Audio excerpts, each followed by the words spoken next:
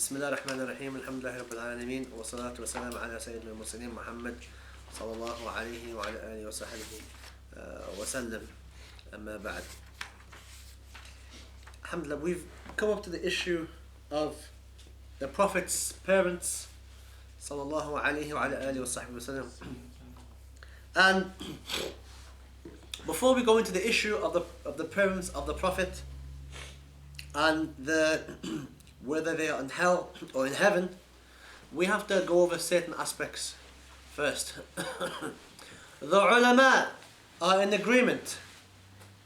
The ulama for Ahl Sunnah wal Jama'ah, and when we say the ulama, we mean the four madhahib: Hanafi, Maliki, Shafi'i, Hanbali. When we say the ulama, that's what we mean.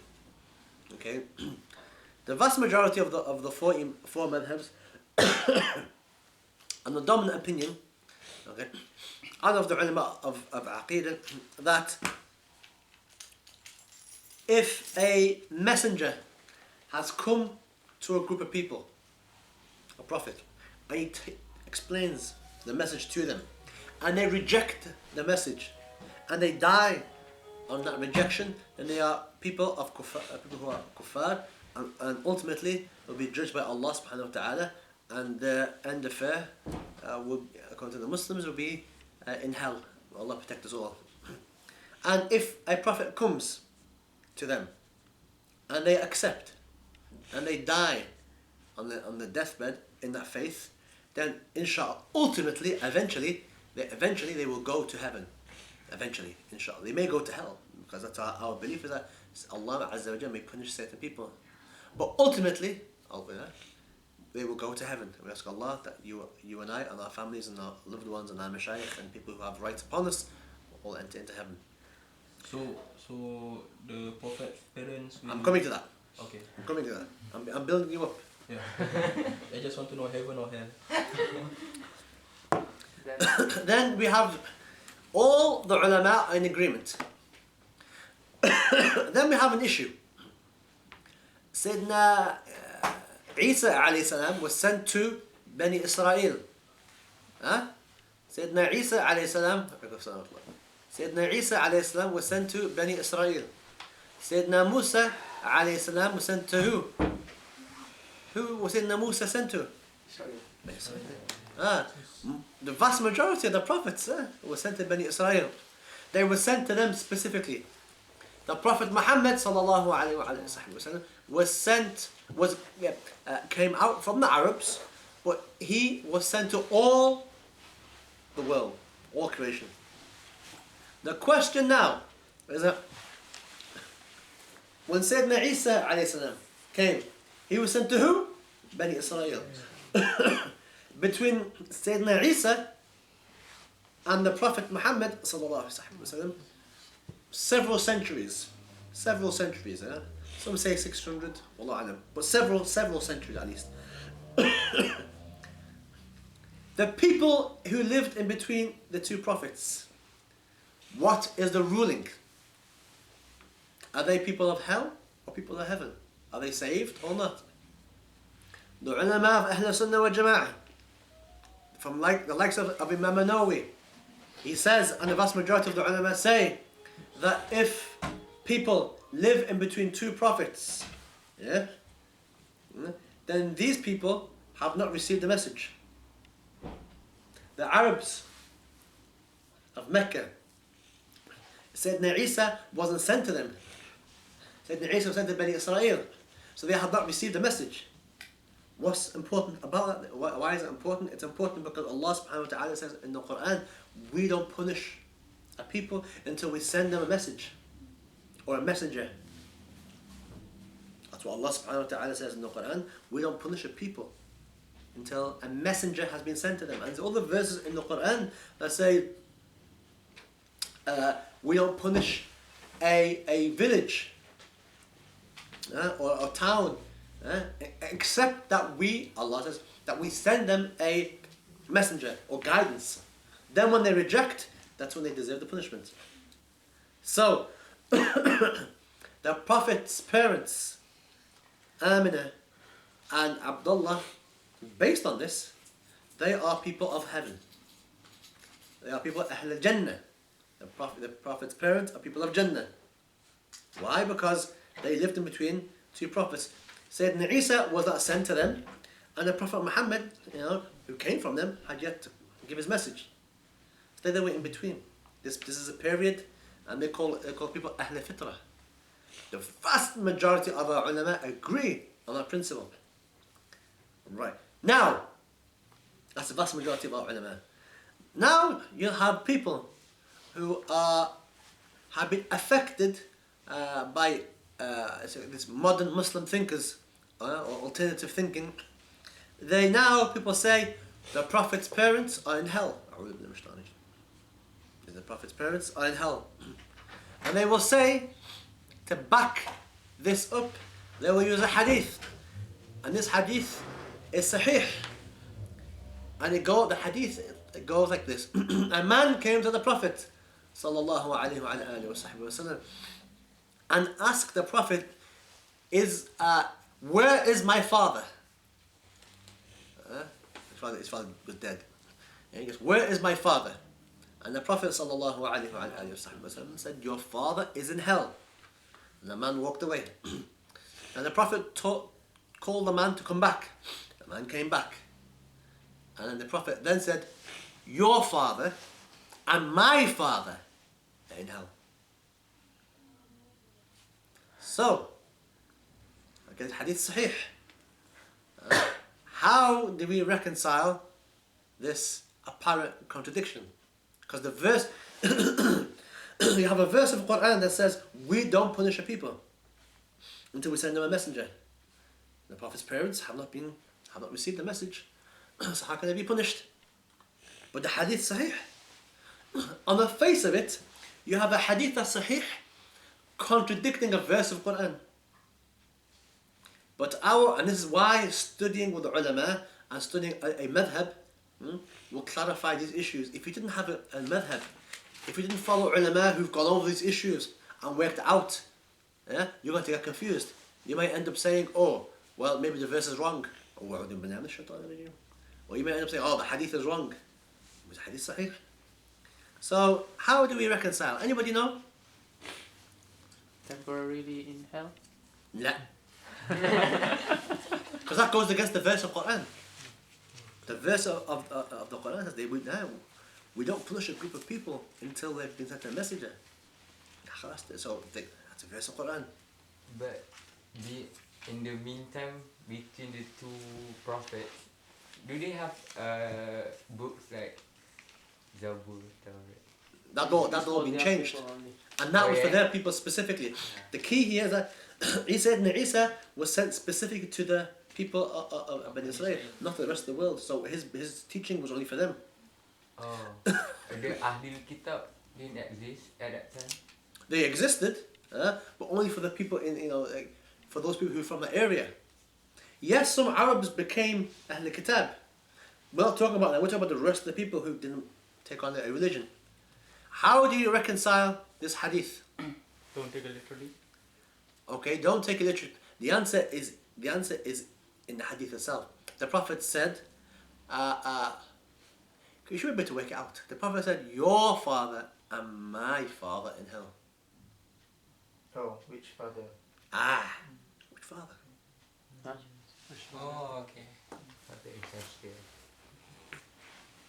Which father? Which father? We've gone over several times before? Yeah, in the culture. I haven't gone in the culture what? In the culture when they said sons or the father, it doesn't mean the directly paternal father or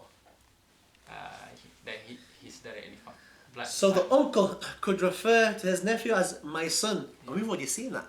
And the monks told him, this is not your son. This child does not have a father. So what the ulama say that the hadith there, when the Prophet says my father and your father, he's talking about Abu Talib, because according to the strongest, according to the proofs here, the proofs would suggest that Abu Talib didn't say the shahada. So based on that, then the Prophet, when the Prophet is saying your father and my father, he's talking about Abu Talib, not his father, because Abu Talib the message had reached him. We'll get to the issue of Abu Talib. Did he say the Shahada or not? We'll get to it near the time. But based on the issue that he did not take the Shahada, and the Prophet didn't hear him say the Shahada, based on that, then he's referring to his uncle, not to his parents. That's how we bring the two proofs together. Vast majority of the ulama, all four madhabs, strongest fatwa is that the Prophet's parents are saved. And who? I mean, it's haram to harm Allah and harm the Prophet. It's forbidden to harm the Prophet. When Ikrimah, the son of Abu Jahl, became Muslim, the Prophet told the Muslims, don't say anything bad about his father, Abu Jahl, because saying bad things about the dead only hurt the living. He told the Muslims, don't say anything bad about his father. Yes, his father was X, Y, and Z, but don't say anything about his father to him, because it's going to hurt him. So that's the Prophet with Ikrimah, the son of Abu Jahl. How much more so for you and I, saying things of the Prophet's parents in hell. Okay, that's an opinion that we should stay far away from. And these modern Muslim thinkers who like to push this, I mean, there's now there's books now, people producing books arguing the Prophet's parents in hell. What benefit is it? Really? What benefit? How is that going to make you a better Muslim? In fact, it's going to make you a worse Muslim, because you've hurt the Prophet. Even if it was true, which is not, but even if it was true, our etiquette is not to mention it. Nor to write books on it, like from these people from Saudi Arabia. I've seen a book published in Saudi Arabia, saying a big thick book proving the Prophet's parents in hell. What a waste of time! What a waste of time! What a waste of money! And this person, subhanAllah, on the Day of Judgment, how are they going to see the Prophet? Is the Prophet going to be happy? Is the Prophet going to welcome them with open arms? Ahlan wa sahlan, mashallah, you made me very happy writing a book about my parents in hell. This is bid'ah. It's a very dangerous thing. The ulama have said that a person who says that the Prophet's parents are in hell, they would be imprisoned for saying that, based on the issue that you harmed the Prophet. So how much more so if it's not even true? And that's the vast majority of the ulama. And Imam As-Suyuti, famous great scholar Imam As-Suyuti, who wrote over 600 books. He wrote several books on this issue. MashaAllah, several books. And now these new modern Muslim thinkers are refuting his books, writing a refutation of Imam As-Suyuti's fatwa. Because Imam As-Suyuti was asked this question, and he wrote about it quite extensively, very detailed fatwa he gave. Now that book, responding from the traditions, I didn't bring my copy. Is there a copy here? Responding from the traditions by Sheikh Ali Jum'ah. In my room. Is your room here? No. MashaAllah. Very useful. In there's a whole fatwa talking about that issue. So if you want to read a little bit more about the issue, it's there. So that's what we believe. That's our belief. The belief of Ahlul Sunnah wal Jama'ah, the Prophet's parents are saved. And we know that the Prophet's mother, she believed in one God. Because we mentioned last week before she passed away, she was reciting some poetry to the Prophet, talking about the oneness of God and how it's forbidden for you, his son, to worship statues. We know that. So they weren't people of shirk anyway. And we know the famous story of a woman from Bani Israel who wasn't a very good person, and she was in the desert, and she went to the well and drank some water, and she found a dog. And she went to the well and brought some water out and gave it to the dog, and the dog was saved. But then what happened to her? All her sins were forgiven. If that's a woman who did some khidmah, who served a dog, giving water, how much more so for the Prophet's mother, who looked after him, who raised him, who suckled him? If Allah Azza wa Jalla can forgive a woman for saving a dog, all her sins, then subhanAllah, but the Prophet's mother, wouldn't Allah forgive her then? You know, or is the Prophet's mother less than the dog? May Allah protect us from this understanding.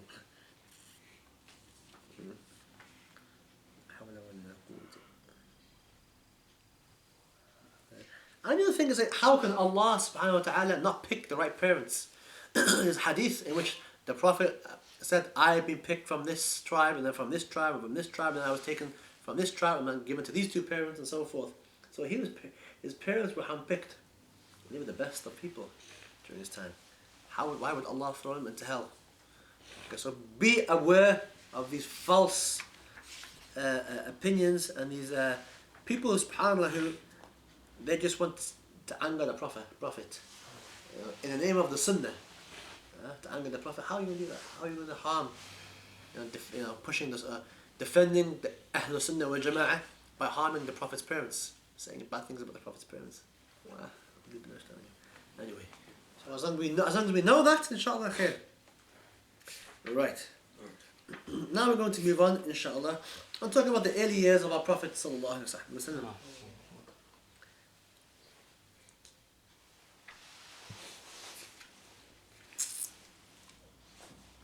We find that the great scholar Ibn al-Jawzi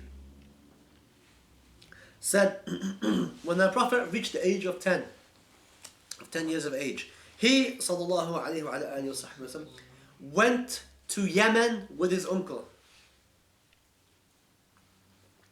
Zubair. Not Abu Talib. La, Zubair, his uncle. MashaAllah, the Prophet had several uncles. And they went past a valley and they found that there's a lot of people all crowded in this road. Very strange place to be, a crowd of people. The young Prophet at the age of 10 and his uncle Zubair wanted to see why are so many people in the middle of the road here. Well, it's like a traffic jam. What's going on? And they found that there was a wild camel. Wild animal, camel, blocking the road. And the camel, very dangerous when it's angry. It's very tall, very long legs. One kick, mashallah, knockout completely. He may kill you.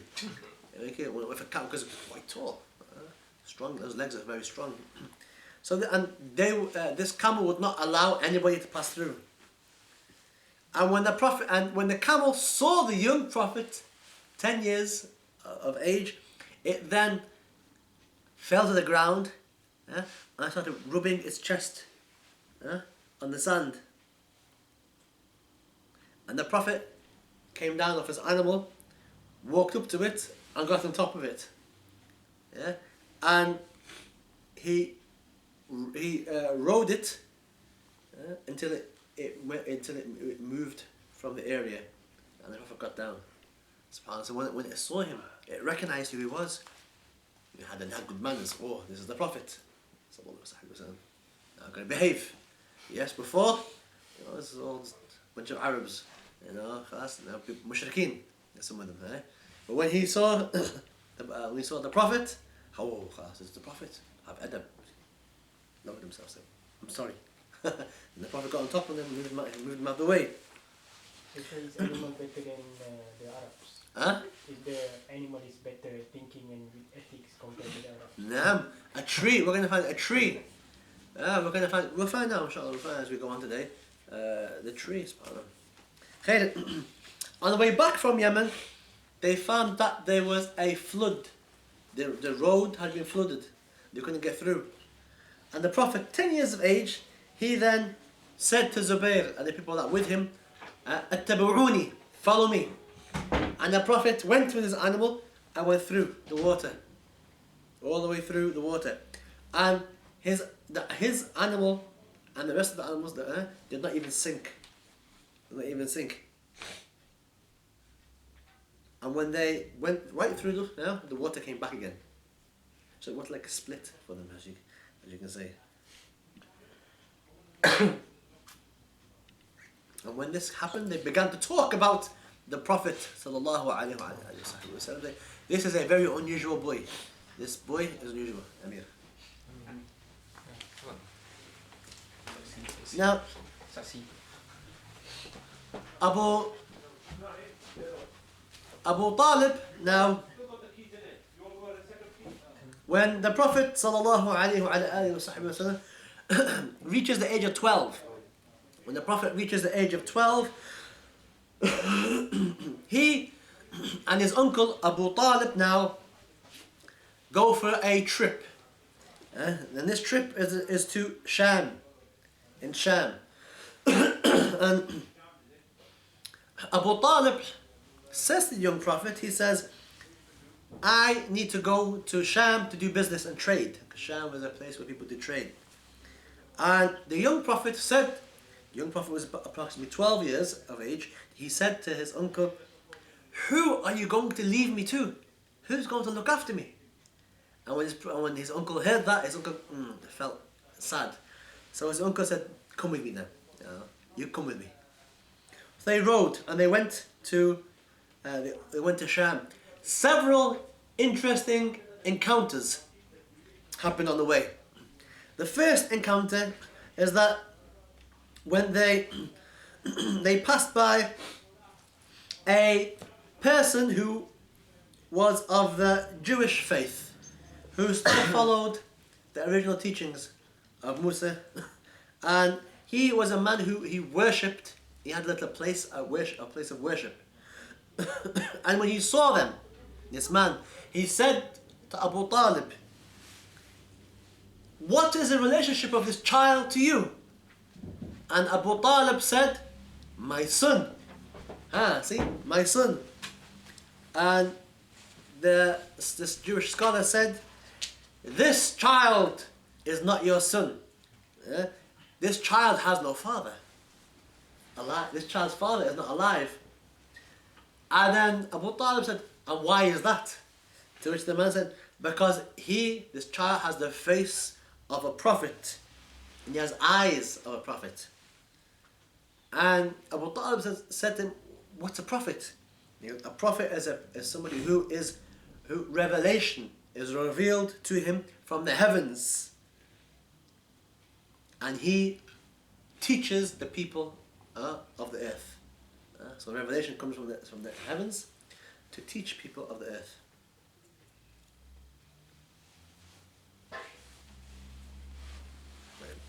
Then they continue on their journey. So Abu Talib now he's seen some interesting things already, barakah from the Prophet, but now he's starting to hear from external sources now that this child now is something different. He already feels something different, but now people are telling him from different areas, this child is a prophet.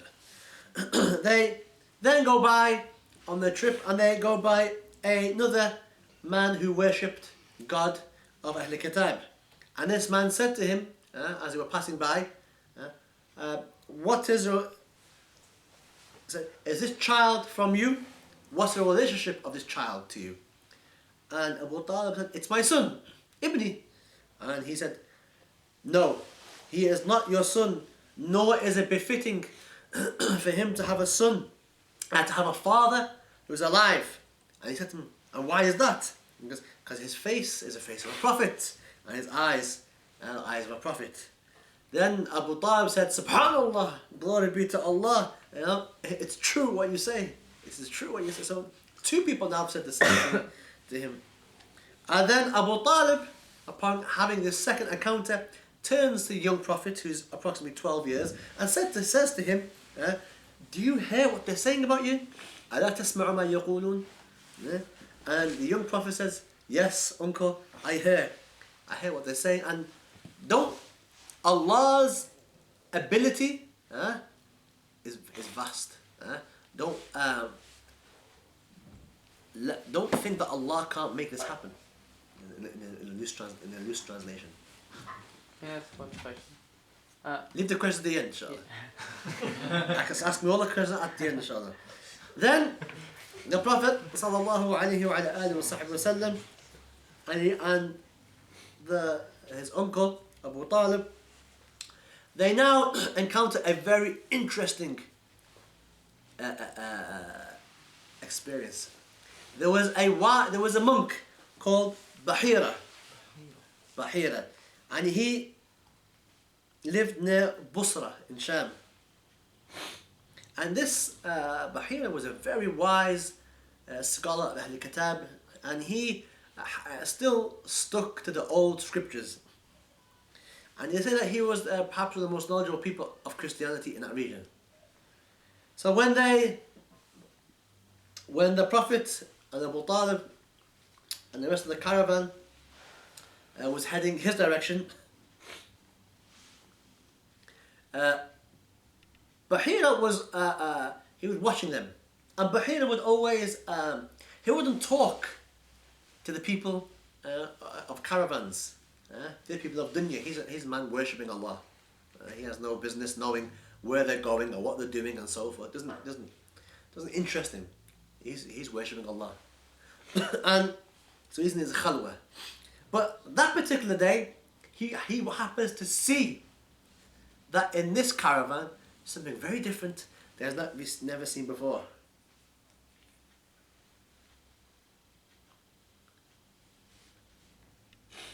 And it says here that people would now and again would stop near his place of worship and take rest, and he would never talk to them. Nor would he even pay attention to them, let alone even speak to them. So that he was known as this monk who, people didn't, he didn't pay attention to people, nor did people pay attention to him, nor was he very friendly, as you could say.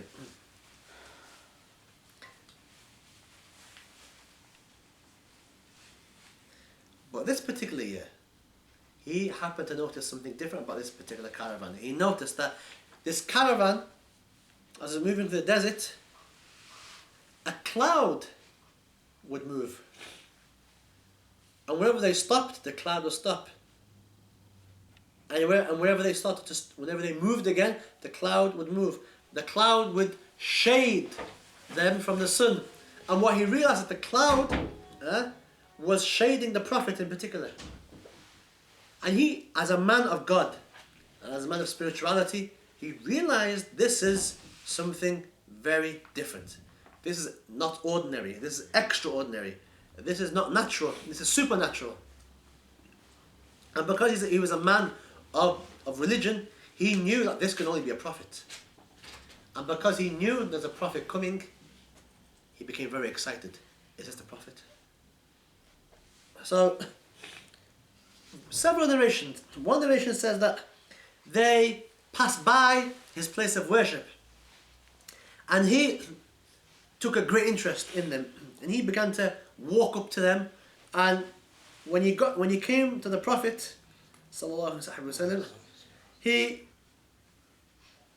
took the Prophet's hand and said, "Hada Sayyid al-Alameen." This is the master of the worlds. Allah has sent him as a mercy to the worlds. That's one narration. And a man said to him, "How do you know that? How do you know this child, who's only 12? How do you know he's this, this child doesn't have a father? He's an orphan. How is he going to be this important individual?" And he says, "Because he has been prophesied." In one narration, what he does now is that he heads back to his place of worship, prepares some food, because he had food. And he goes back to the people in the caravan, and he tells the people in the caravan, "I invite you all to food. The old, the young, those who are free, and those who are slaves. You all invited to my place for food." Okay? And they said to him, "This is very strange from you, because before today, you never paid any attention to us. What's different today? You never spoke to us. It's like you imagine your neighbour, for example, 10 years, never speaking to him. So all of a sudden he says, "You and your family come to my house for food." Oh, okay. Why? What's going on? And they said to him, "This is very strange, because the Arabs were very hospitable. The Arabs would always like to honour the guests, look after guests. That's the way of the Arabs." So they said that to him, and he says, "Yes, you're right. It's true. I haven't been the best. However, you are my guests, and I want you to come I want you to be looked after by myself. I want to honor you as my guest and make you food to eat from. Now they're not going to say no. This is a man who's a man of religion, and so okay, it's strange, yes, but they're going to go anyway. They go, and Bahira, his whole thing here isn't just to feed them. He doesn't care about feeding them. He just wants to get a closer look at the Prophet to see. Why? Because he has a detailed description. And he's looking around at the people eating. Yeah? And you can't see the Prophet that's been described in his books. He can't see the description. There's nobody sitting in front of him that fits the description. Nobody. Then he says, is everybody here? And they say yes. And he says, are you sure? Everybody here?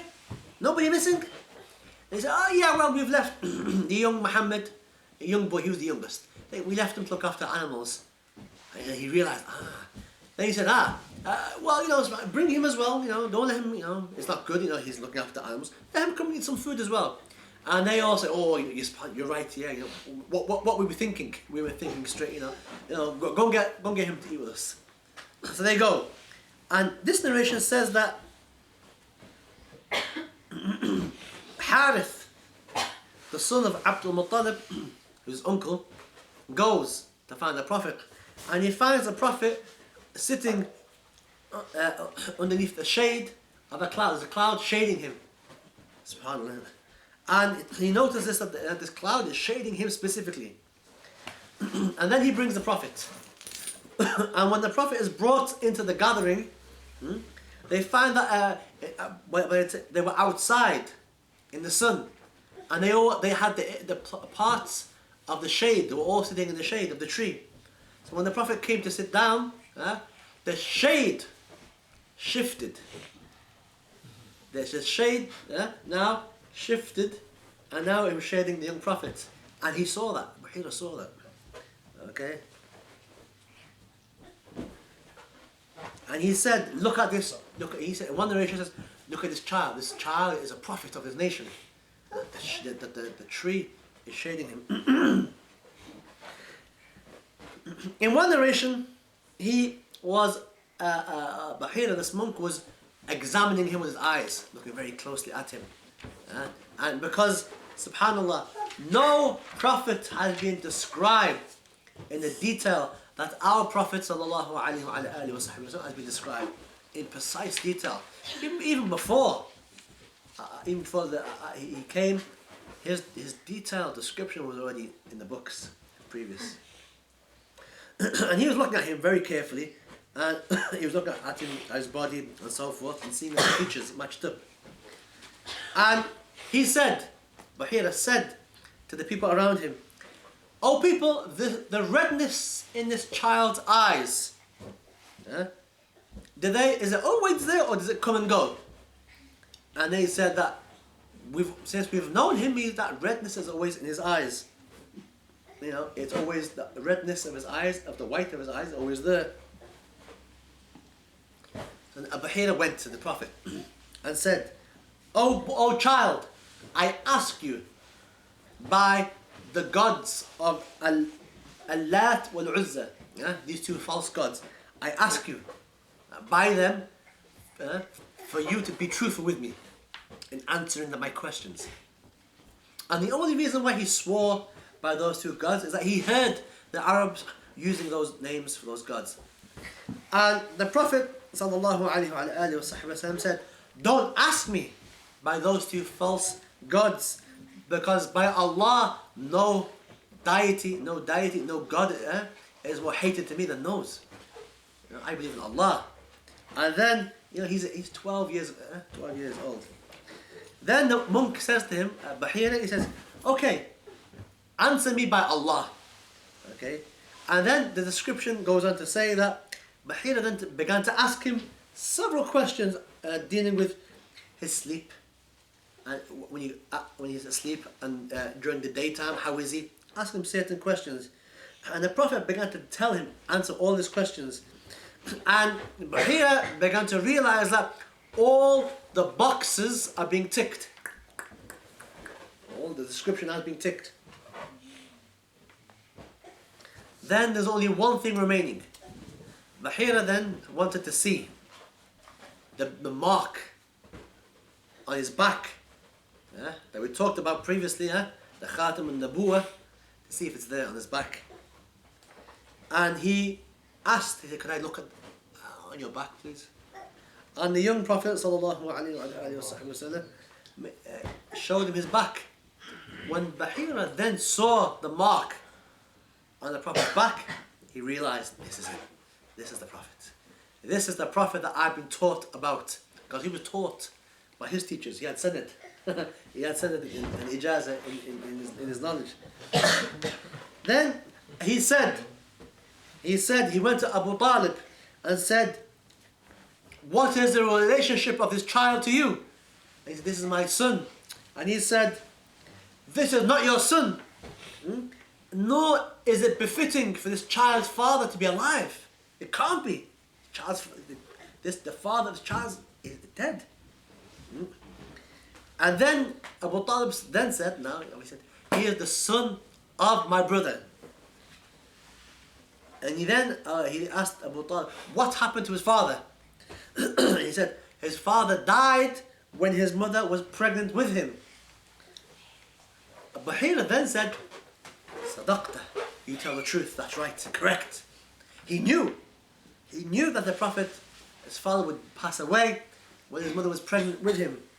And then Bahira then said to Abu Talib, "Take back this child, the son of your brother, take him back to Mecca, and beware of the people of Ahl Kitab. The people of Ahl Kitab, if they find him, they will kill him." So he's warning him. He said, "Go back and look after him. Because verily, this child of yours will have a great affair." A great affair. So he told him, "Hurry up, take him back. Don't go to Sham. There's a lot of people Ahl Kitab there. Take him back." Because he wasn't the only one who knew this. But unlike others, he was open to it. He was willing to submit. And the fact that a prophet now is coming, not from the Bani Israel, but he's coming from the Arabs. And the Arabs, the Bani Israel looked down on them. These people, despite the Kaaba, the first house of God being built there, they really, apart from that, the Arabs had nothing. People looked down upon. They were nothing without the Prophet Muhammad, and they are nothing without the Prophet Muhammad. And when they leave the way of the Prophet ﷺ, the Arabs become debased and humiliated, just like they were before. That's one of the reasons why so many calamities are coming down on the Arab world, because they're leaving the way of the Prophet. So that's very interesting encounter. We find that the Prophet, growing up in his youth, was protected from the usual thing that the youth of Mecca would get up to. Most youth, they will go through a phase where they'll try out new things. May try out smoking, may try out drugs, may try out going to certain clubs. Certain, youth, they will experiment in certain things to see.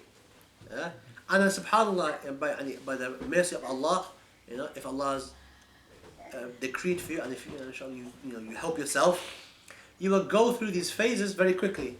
Some people never go through these phases. Some people just learn from their parents not to go through these, not to touch these things. When they have a fear of Allah in their heart, okay. Some people, they go and test these things, and then they leave it at the end, and they come out strong because they've touched it, and no good.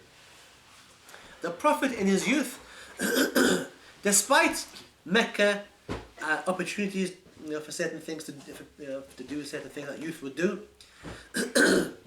he never once drank alcohol, never once did anything haram. And we find one situation in which the Prophet says,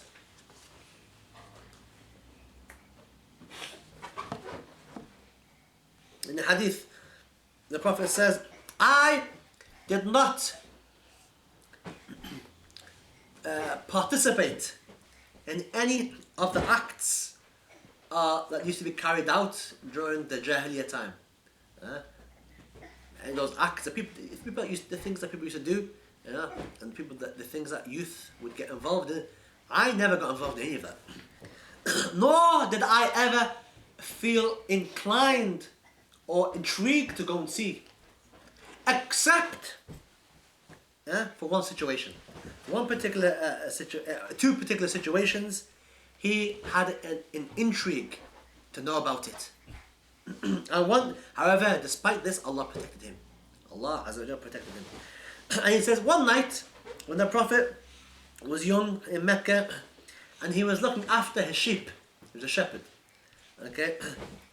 He said to his friend, look after my sheep, and until I go to Mecca, because I want to join in the activities or the party, this part, because he could hear there's something going on. So he wanted to go and have a look and participate in it, and this staying up at night. And his friend said, okay. I'll look after the animals. You go ahead, okay. And the Prophet sallallahu alaihi wasallam went to Mecca, and when he got there, he could hear music and dancing and all these type of things and joy, and he could hear people having a very good time. And he said to the people, he goes, what's happening here? What's going on here? And they told him, oh, so and so got married. This is his wedding night, his wedding party. And the Prophet sat down to hear, because you could hear the music and all these things. So the Prophet sat down to hear, to see, intrigued. However, Allah Azza wa Jal then brought a heavy tiredness on him, and he fell asleep. SubhanAllah. And the music didn't wake him up. The thing that woke him up was he woke up in the morning. In the morning, and the sun woke him up. So he woke up. Oh. Then he went back to his friend who he left with the sheep, and his friend said to him, well, "What happened last night? Tell me about it. What did you do last night?" And he told me, I didn't do anything. He said, "Why?" He said, "I fell asleep. So it'd be like somebody, for example, like somebody falling asleep outside a nightclub. Fell asleep. Allah protected. Nowadays, a lot of the youth now, subhanAllah, they fall asleep after nightclub. Okay. And the Prophet then said, the next night, look after my animals, I'm going to go back again. I'll go back again. And he went to Mecca, and he heard the same thing, the same type of music and dancing, fun, if you want to call it fun, the same thing he heard last night. So he sat down to see, intrigued to see what's happening, and he fell asleep again. Allah said to sleep down. And then he woke up again, the sun woke him up during the daytime. So the Prophet said, and the shepherd who looked after his animals the second night said to him, what did you do? And he goes, I didn't do anything. He goes, why not? I fell asleep. And the Prophet then said, and from that day on, he was never intrigued, interested in the activities of the Jahiliyyah Arabs. Wasn't intrigued anymore. Okay. And several incidents would happen where statues, or visiting certain statues and so forth. He at one point, there was a type of celebration in which they would all go to the statues every year. Abu Talib and the rest of the people would go and pay their respects to the statue. The Prophet wouldn't go. However, his aunties would push him. They said, "Go." They'd make him feel very, very wrong, and he feel embarrassed. And one year he caved in and listened to them, and he went. And when he got there, actually he came back scared, and they said to him, "What's wrong?" He became very scared, very agitated, and he said that every time, when I got close to the statue, a man came in front of me, dressed in white, very tall, and he shouted at me. He said, "Where are you going, Ya Muhammad? Don't touch this statue." So he got scared. So when he heard it, so he ran. And he said that from that day on, I never, went near any statue from that day on. So Allah had protected him. And you say, subhanAllah, sometimes youth are protected by Allah. Certain youth, subhanAllah, certain youth never touched a cigarette, never done anything haram, never been to a nightclub, no girlfriend, nothing, subhanAllah, nothing at all, none of the things. Some people, subhanAllah. And I'm not talking about youth living in a village in Malaysia, with no TV. I'm talking about youth who live here, live here in England, for example, grown up here, gone to the schools and education system, subhanAllah, and you haven't done anything like that haram. Allah's protected. That doesn't mean to say that if you've tried any of these things and you've made tawbah, that's not to say that you're a bad person. Sometimes the ulama of tasawwuf say it may be that a person who does something haram may become closer to Allah from doing that thing than had he not done that thing. In other words, maybe a person who's done something haram will have a state of brokenness, of humility and sadness and regret that had he not done that thing, he would never get. And maybe a person who worships Allah and has never done anything haram will never ever ever achieve that state of brokenness and humility and tawada.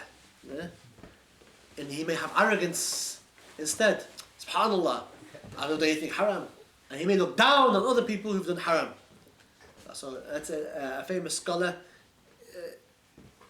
from Egypt, Ibn Ata'illah al-Iskandari, has a famous book. It's called Al-Hikam, the Wisdoms. If it's translated, you heard of it? There's a saying. He has a saying in there. Maybe a sin may give you more closer to Allah than a good deed. That will only give you arrogance. Which is very, very deep. Very deep. That book, Al-Hikam, the Wisdoms of Ibn Ata'illah, if you can find it in Malay, excellent book. Very good. It's just sayings. Sayings are very deep. Inshallah. Do you have it? Anybody have it? Is it in Malay? Yeah. Good. Have you read it? No? Yeah. Try it. Get it. Read it. Very beautiful book. If you can, every person should buy that book. It's a very book written over several centuries ago. Several centuries ago. Inshallah. Khair. Inshallah ta'ala. The Prophet now became known as Al-Amin, the trustworthy one. And we'll end on one last thing. But the Prophet when he was very young, actually in one narration he was the age of 20, a man came from Yemen to do business in Mecca. And he's from a place in Yemen called Zabid. It's still there, Zabid. It was known many centuries ago as a center for Islamic learning. It was more famous than Azhar before Azhar came. A lot of people would go to Zabid. That's where Dawood Ali Salman Zabidi. Famous place, Zabid, still there now. The Hanafi. They're not Shafi'i, the Hanafi. Because the ulama who taught in that place, they were all Hanafi.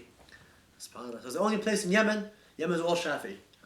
Apart from Zabid, all Hanafi. SubhanAllah. So very, very interesting place. And a man from Zabid came to Mecca to do business. And unfortunately, this man was ripped off. You know what ripped off means? He was in a business transaction with a man from Mecca. He was betrayed. And he lost his money. And he got up. And nobody helped him. And he shouted. He's been robbed. Nobody helped him. And then he got up to a mountain and called out, Is there anybody amongst you who's good, who has any decency to help me? I'm not from here. I'm being robbed. And what happened then? This caused a outrage. People began to realize, he's got a point.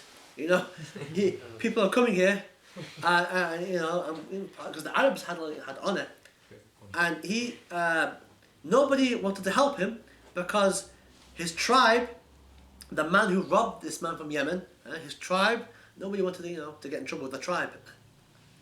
And his own tribe wouldn't help, didn't hold him responsible.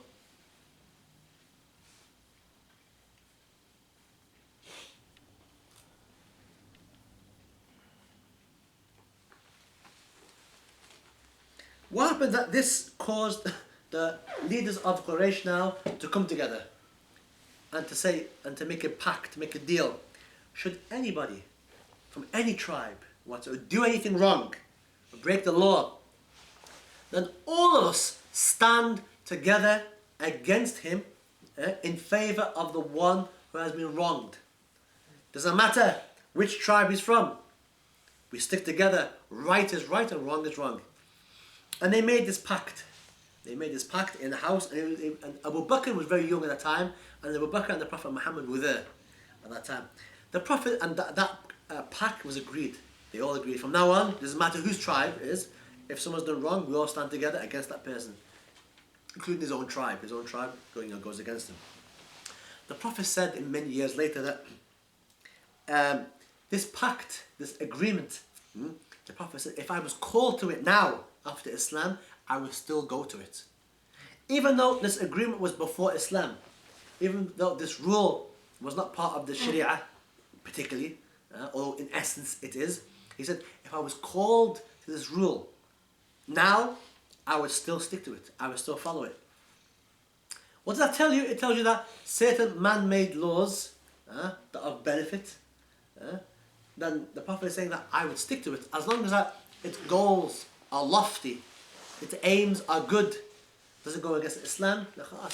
Even if it's not based on, if it's not based on specific on the ayah of Quran, which in general it is, helping the weak, against those who are oppressing them. Obviously part of our deen.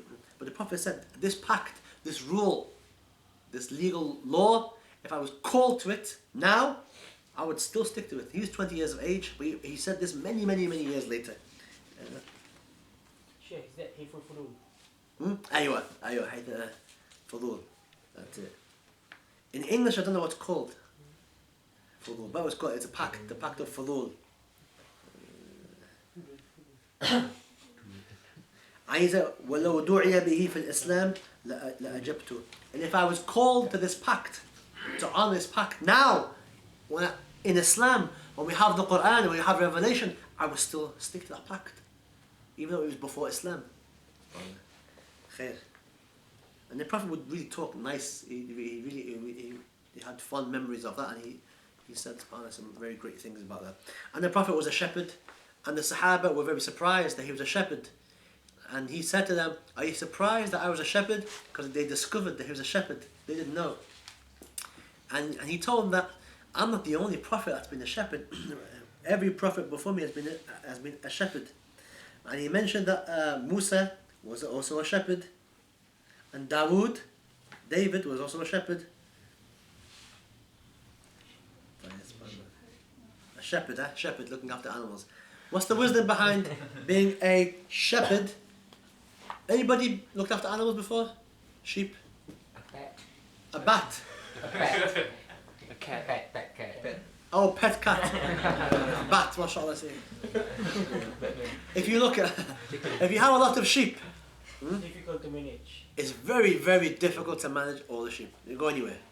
One goes over there, you have to make sure, keep them all in the same place. A lot of patience, a lot of wisdom, and it will increase your personality and make you a stronger leader. Because people are sheep. People follow.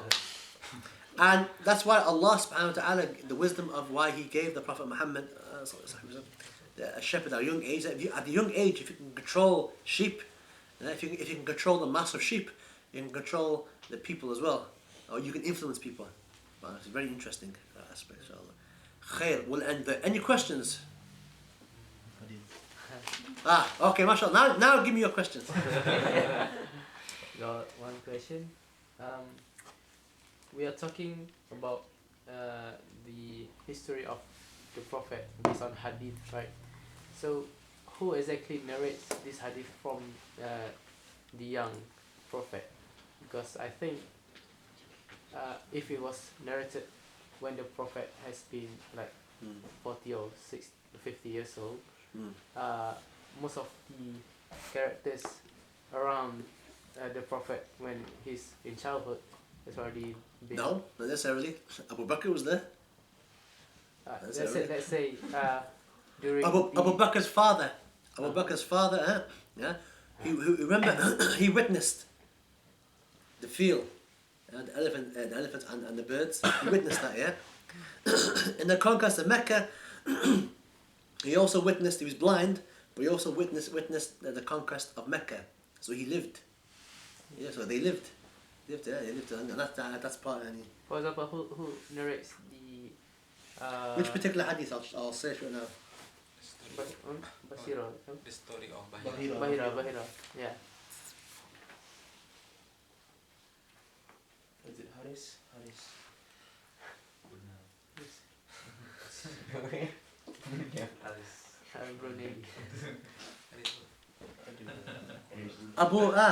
Abu Na'im in his Hilyat al-Awliya. Abu Na'im mentions it. Who is that?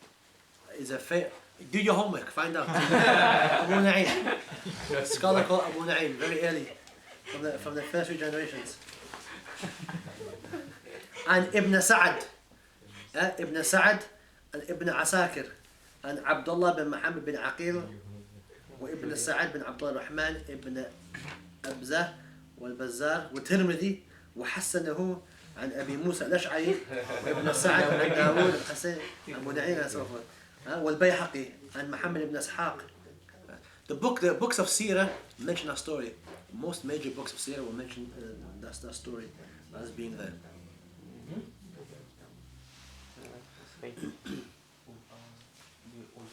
Don't forget, people who were there would tell people, oh, this happened, and that got passed down, and that person witnessed it, would tell later on. Abu Talib, Abbas, the Prophet's uncle, saw the Prophet in his cradle, moving the moon. He saw that.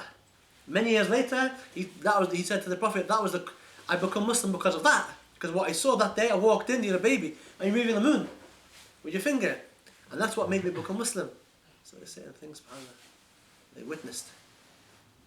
And then the Prophet witnessed. They witnessed many things. They became Muslim many years later. So they were living witnesses. The Prophet himself, he would tell people, this happened. He was there, he witnessed it. He could tell people as well. But our ulama have their chains of transmission, these events. Like I've just read out to you. Inshallah ta'ala. Khair.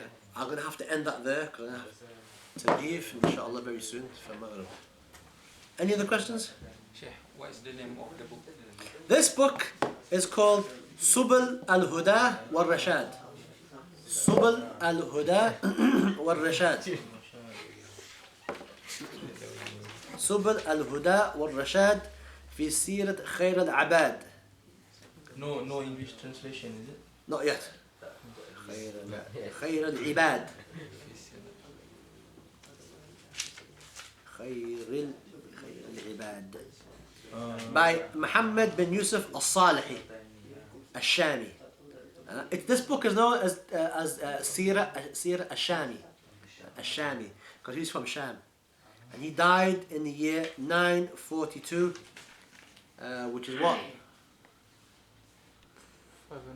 500 years ago. This book was written 500 years ago. It's one of the most extensive works ever written. 12 volumes long. Inshallah, 12 volumes long. Sheikh, I just want to know. Earlier you mentioned that Bahira has already warned Abu Talib to take him back to Mecca as quickly as possible and to be careful regarding the threat or the attempt from the Ahli Kitab. So up until that point, and until Prophet received the first wahyu, which is at his 40 years of old of age. So does the Prophet receive any killing attempt from the Ahli Kitab or whatsoever? Yeah, you mentioned that. Yeah. Several people tried to as a baby they tried to kill him. Oh really? Yeah. When you were there for that class? Oh, he missed that class. Khair inshallah. if you look back, you weren't there for those classes. There were several assassination attempts. Yes, remember? You remember they tried to kill him? Remember? Come on. Looked at me as if I'm talking crazy. Muhammad, yes? Yes, they tried to kill him. Yes. You don't remember? You were listening. Yes. Ah, see, she knows. Your wife knows. Huh? Now, I mentioned it. Yeah. You were here. Yeah, Here we go. He doesn't attend the women's class. I've mentioned it. They tried to kill him. Yeah? Several times they tried to kill him. Up until the Prophet is 40 years old of age. Okay. It was very, very early on, as an infant. They tried. With Halima when she goes to the. Yeah, Halima. Yeah, several people. Yeah. They in the marketplace. This is a prophet. Kill him. Is familiar? Yeah. I say, now you're waking up. Now you're waking up. We've done it. Obviously, if you would have remembered it, you went there. But have a look, inshallah. If it's recorded, look at that, inshallah. Khair. I'm gonna have to go now, inshallah. Try and come on time. 6:30. Inshallah. 6:30. Inshallah. سبحانك وبحمدك اشهد ان لا اله الا انت استغفرك واتوب اليك. الفاتحه. سبحان ربنا العالمين الرحمن الرحيم مالك يوم الدين. اياك نعبد واياك نستعين اهدنا الصراط المستقيم صراط الذين انعمت عليهم. Thank you very much for the stick. In the Jum'ah. Oh, mashallah. Very, very good. The Jum'ah felt very different. It felt very different. Even holding it, it's very. The idea behind holding it. I checked. There's a hadith, Sahih hadith. I think it's Abu Dawud, if I'm not mistaken. Abu Dawud, in which the Prophet, during his khutbah, the Sahaba saw him using a stick in the khutbah. He would lean on a stick, and they say that it's sunnah in the khutbah for the khatib to hold a stick, or a sword. But obviously now with terrorism and extremism, obviously you can't hold a sword, in the khutbah, mashallah. But a stick, so that's part of us, and that's something that the Sahaba saw the Prophet using a stick. I think that sunnah, nobody in the whole of Cardiff, as far as I know, is performing that sunnah in the masjid. Wallahu alam, if it's a sunnah in other madhabs, I'm not too sure. But in the Shafi'i madhab, it's there. It's a sunnah. That's why in Malaysia, you probably noticed that. They do that every time. In Yemen as well. In Yemen, all the khutbahs, the ulama, Ahl Sunnah wal Jama'ah, they always use a stick. A stick on the left hand side, and to hold the mantle or with the right hand side, inshallah. I used to ask my previous teacher regarding what is the function of that stick, and to knock on the floor to wake up the Jamaah. It's like that. I read. There's a difference. I read it in the Shafi'i. That was third or There's a difference of opinion on that. Some scholars say it's not good to do that, but I think in this day and age. That is what my teacher told me. Yeah, no. In the books it's there, and I've seen it. But some ulama say it's not good to do. Some ulama say that on the steps, every step, dum. But what I found is that I was naturally sometimes knocking it, and I think back then, mashallah, everyone's awake. And nowadays, as soon as you say assalamu alaikum wa rahmatullah, they go to autopilot. Jazakum Allah khair. Khair inshallah. Inshallah.